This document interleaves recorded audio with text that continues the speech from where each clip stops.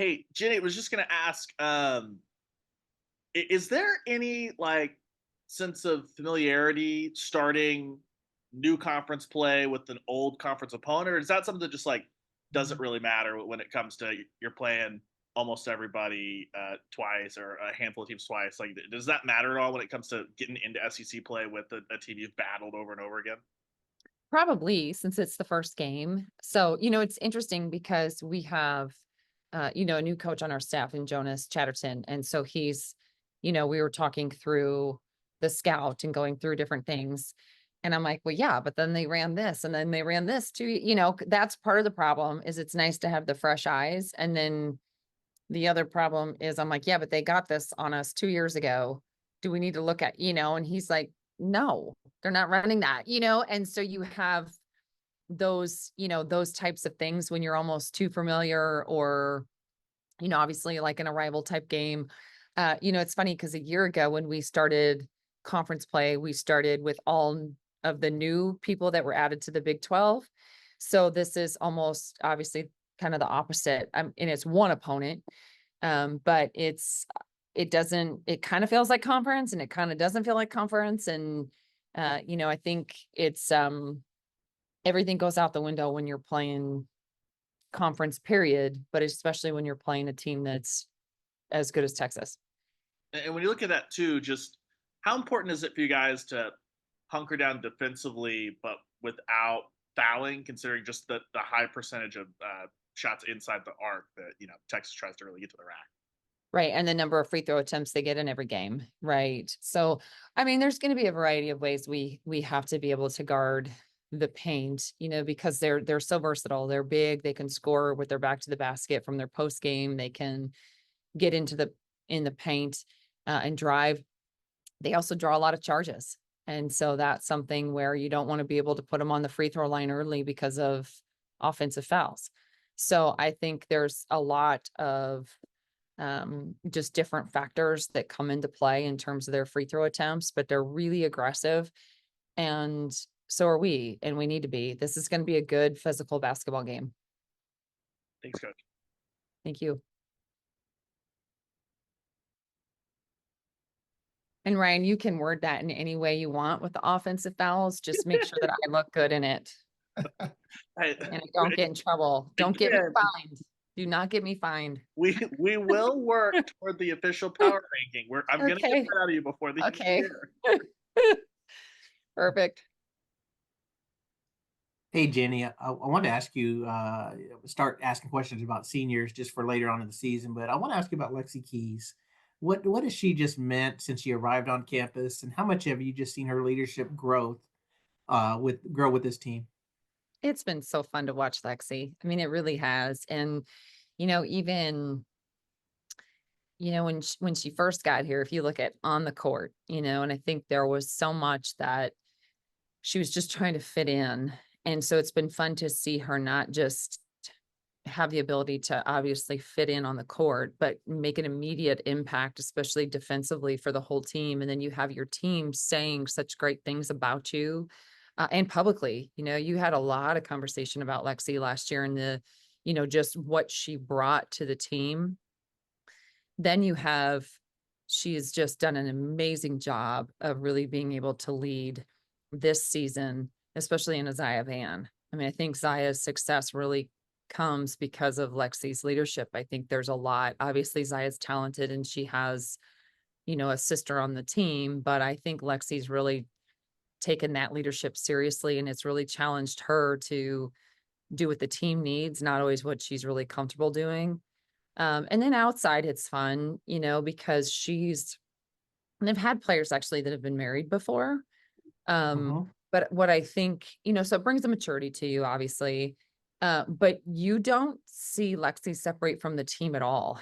And she's really, she's still in the locker room with everybody. She still hangs out with outside. She's, has not that her team's her priority over her marriage, but you you have that where she doesn't take team for granted. I mean, she's such a community first type person and they're really good people from that standpoint.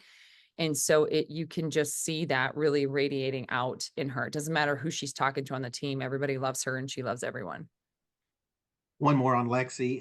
Just I want to ask you about before you arrived at OU, had you ever heard of Tahlequah, Oklahoma?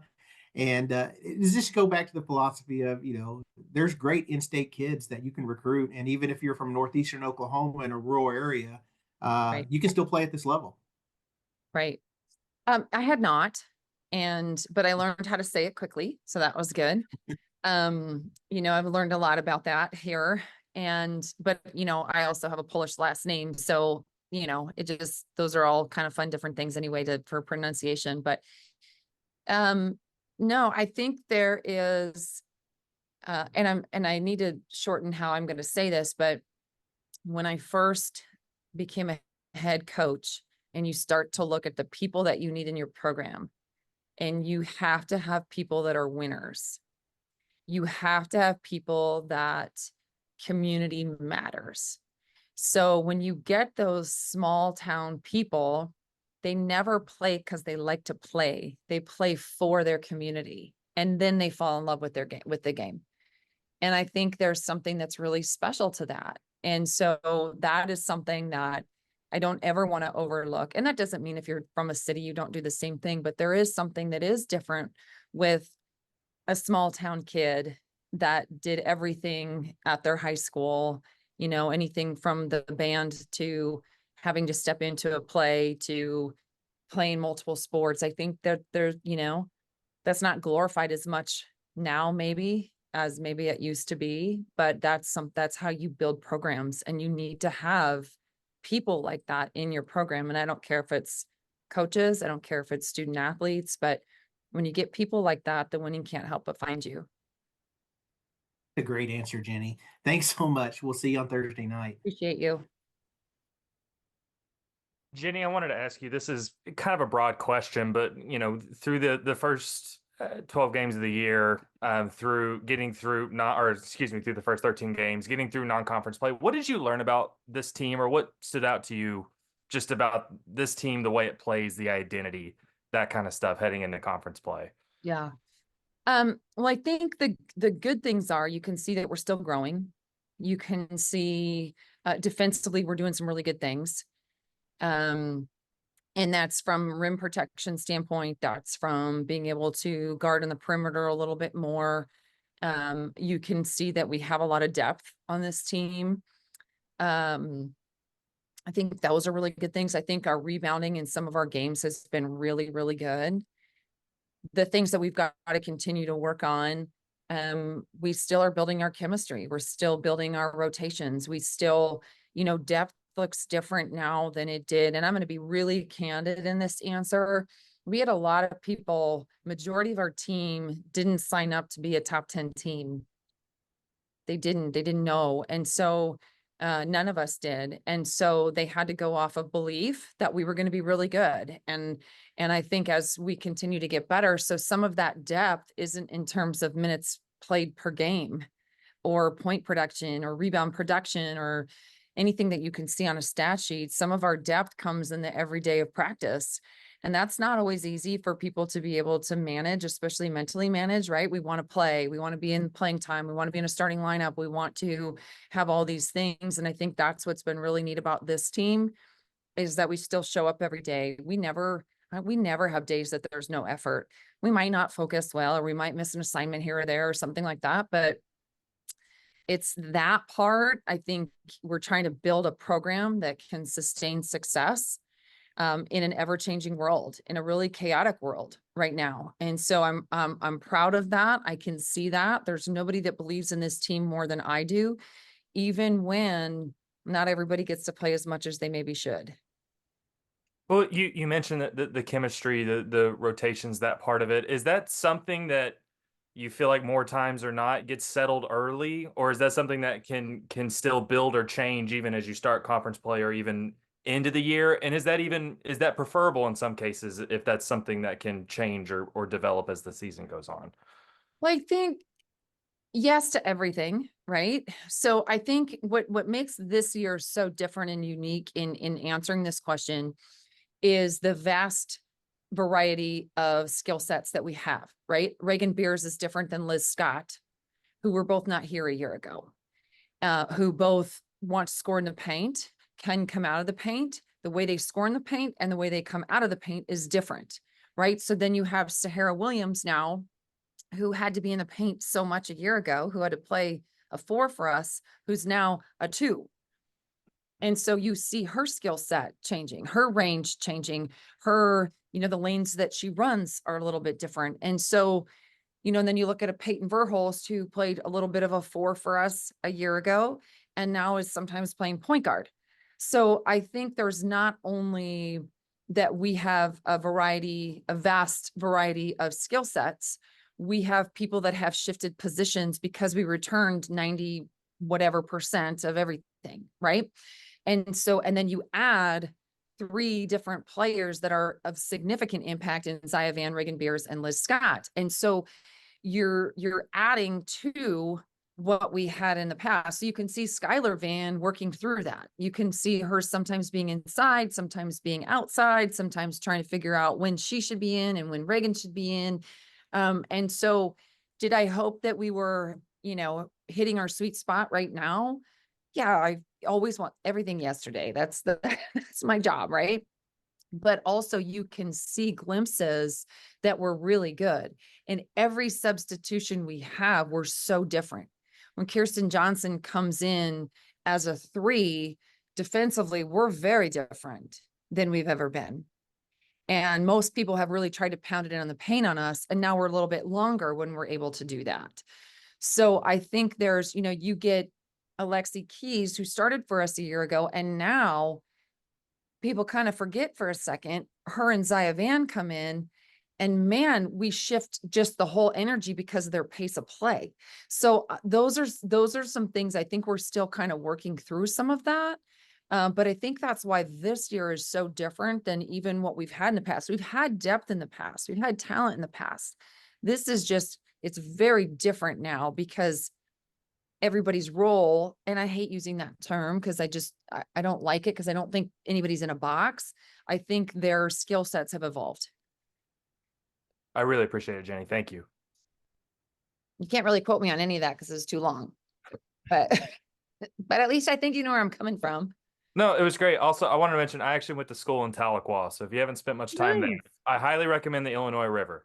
The Illinois River. I'm from Iowa, so we don't even like Illinois, so I can't even go there. I'm teasing. Thank you, Jenny. Appreciate you. I've been on the Illinois River, so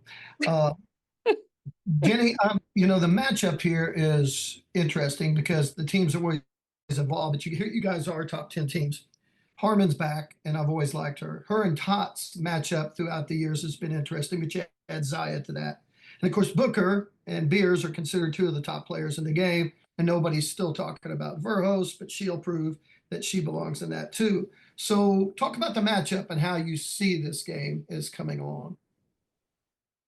Well, I mean, they have so much depth too, and they play so many people. And so much depends on how the game goes. And that's what's made this game so fun, I think. How it's called, maybe? Well, how it's called too, but also, they've got some really talented freshmen that are playing quite a few minutes too. And then, they've added, obviously, with Harmon back, that changes Booker's role a lot, not necessarily from a shooting standpoint, but Booker went from being a point guard to more of like a 3-4 for them. So that provides a whole different defensive element for people to navigate. And so, and she is so good. I mean, Booker is just very, very talented. And so is Harmon. I mean, she runs it. She understands, what her coach is looking for. She is a true coach on the floor. We've seen her play really, really well. We've seen her in end of game situations. We've had really competitive matchups with her. So she's going to be ready for this. And nobody believes in Nevaeh Top more than I do. And I think Nevaeh is just such a pace setter for us. I think she just does so many great things, even though it doesn't always show up in a shot attempts. Right now, I still think we can get her a few more and would like to see her shoot the ball more. But it's just a fun matchup. And then they've got some size inside. Jones is a challenge.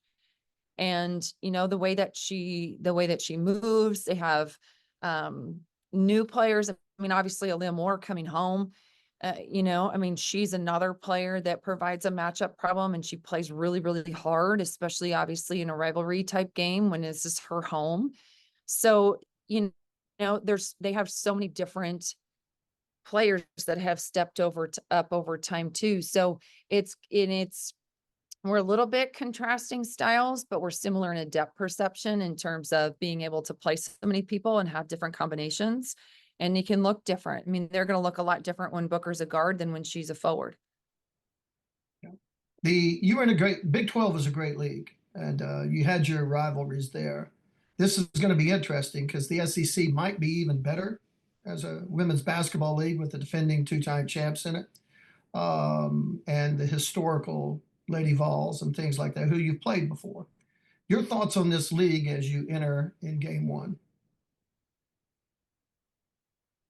I mean, I don't even know where to start with where you feel like from an SEC standpoint. I think it's there's multiple ways to look at it. I think one, from a university standpoint, how amazing that we're in the SEC conference. I think the SEC conference is the best conference in the country from, in any perspective you can even look at it. The talent, the visibility, the responsibility that we each feel as a university to compete in this league. So we understand the weight of that.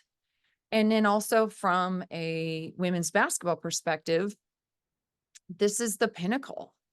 And when you compete for conference championships, you're legitimately competing for national championships in this league.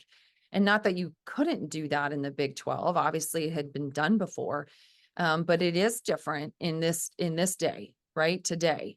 So you're talking about going to places that year in and year out compete for national championships. Year in, year out, there's multiple teams at the Final Four. There's so much history, obviously.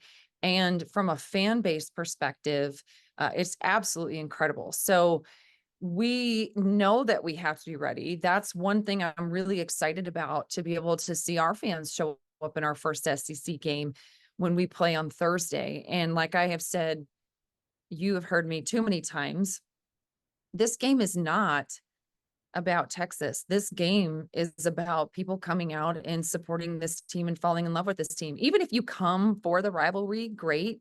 You'll come again because you're going to fall in love with this team. That's what we want. We want people to be so pro Oklahoma. We want people to come and just absolutely love being able to be part of this team, because that's exactly what this experience we want it to be all about. Thanks. It should be a great game. Thank you. It's going to be fun. Thank you.